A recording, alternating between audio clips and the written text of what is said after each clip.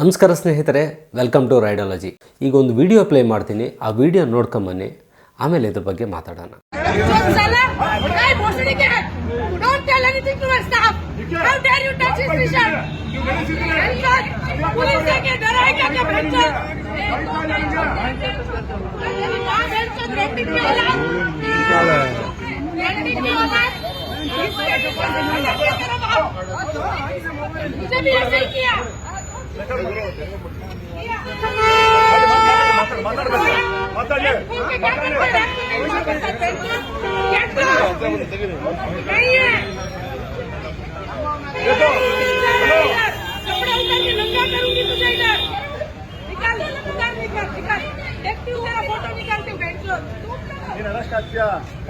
ಮಾತಾಡೋದು ತಪ್ಪ.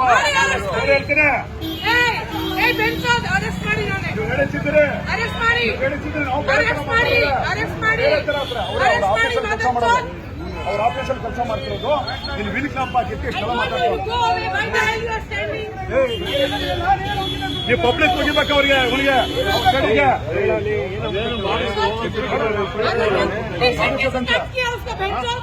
ಯಾಕೆ ಮುಟ್ತಾರೆ, ಇವ್ರಿಗೆ ಯಾಕೆ ಮಾಡ್ತಾರೆ? ನಮ್ಮ ಕರ್ನಾಟಕದ ಸಾಮಾನ್ಯ ಕನ್ನಡಿಗರು ಅಂತಲ್ಲ, ಟ್ರಾಫಿಕ್ ಪೊಲೀಸರ ಮೇಲೂ ಈ ಹಿಂದಿ ವಾಲಗಳ ದೌರ್ಜನ್ಯ ಹಾಗೂ ದರ್ಪ ಈ ರೀತಿ ತೋರಿಸ್ತಿದ್ದಾರೆ ಅಂತಂದರೆ ಅದರ ಪರಾಕಾಷ್ಠೆ ಎಲ್ಲಿವರೆಗೂ ತಲುಪಿದೆ ಅನ್ನೋದು ಊಹಿಸೋದೇ ಬೇಡ.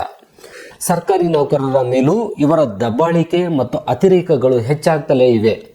ಹಿಂದಿ ವಾಲಗಳ ಈ ದಬ್ಬಾಳಿಕೆ ದಿನದಿಂದ ದಿನಕ್ಕೆ ಪ್ರಬಲವಾಗಿ ಬೇರು ಬಿಡುತ್ತಿದೆ. ಮೊನ್ನೆ ಅಷ್ಟೇ ಆಟೋ ಚಾಲಕನ ಮೇಲೆ ನಡೆದ ಧೂರ್ತತನದ ದಬ್ಬಾಳಿಕೆ ಇನ್ನೂ ನಮ್ಮಗಳ ನೆನಪಿನ ಅಂಗಳದಿಂದ ಮರೆಯಾಗದೆ ಹಸಿರಾಗಿಯೇ ಉಳಿದಿರಬೇಕಾದ್ರೆ ಪುನಃ ಅವರ ಅತಿರೇಕಗಳು ಹೆಚ್ಚಾಗ್ತಿರುವುದು ಕನ್ನಡಿಗರು ಊಹಿಸಲಾರದಂತಹ ಸಂಗತಿಯಾಗಿದೆ. ಇನ್ನೊಂದು ಗಮನಿಸಬೇಕಾದ ಸಂಗತಿ ಅಂತಂದರೆ, ಕರ್ತವ್ಯ ನಿರತ ಸಂಚಾರ ಪೊಲೀಸರ ಮೇಲೆಯೇ ಈ ರೀತಿಯಾಗಿ ತೀವ್ರಾಕಾರದ ದರ್ಪದಿಂದ ಅಶ್ಲೀಲ ಪದಗಳನ್ನು ಬಳಸಿ ಪೊಲೀಸರ ಸಮವಸ್ತ್ರಕ್ಕೂ ಬೆಲೆ ಕೊಡದೆ ಕೆಟ್ಟ ಅಸಹ್ಯ ಶಬ್ದಗಳನ್ನು ಬಳಸಿ ರಂಪ ಮಾಡುತ್ತಿರುವ ದೃಶ್ಯ ಕಂಡಾಗ ನಮಗೆ ಅತೀವ ದುಃಖ ಅನ್ನಿಸ್ತದೆ.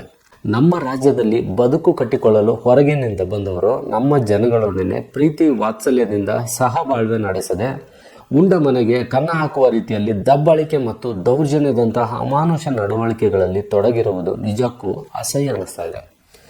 ಎಲ್ಲಿಗೆ ಬಂತು ನಮ್ಮ ಕರ್ನಾಟಕದ ಸ್ಥಿತಿ?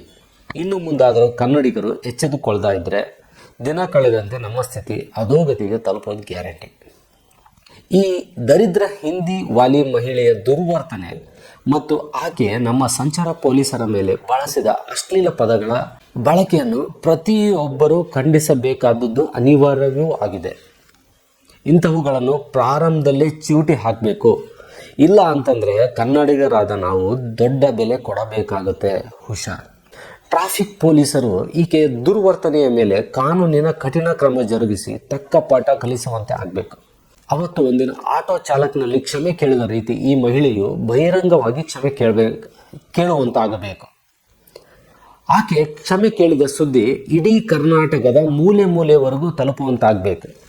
ಮುಂದೆ ಪರಭಾಷೆಯ ಜನರು ಅನಗತ್ಯವಾಗಿ ಕಾಲು ಕೆರೆದುಕೊಂಡು ದರ್ಪ ತೋರಿಸುವುದು ಶಾಶ್ವತವಾಗಿ ನಿಲ್ಲುವಂತಾಗಬೇಕು.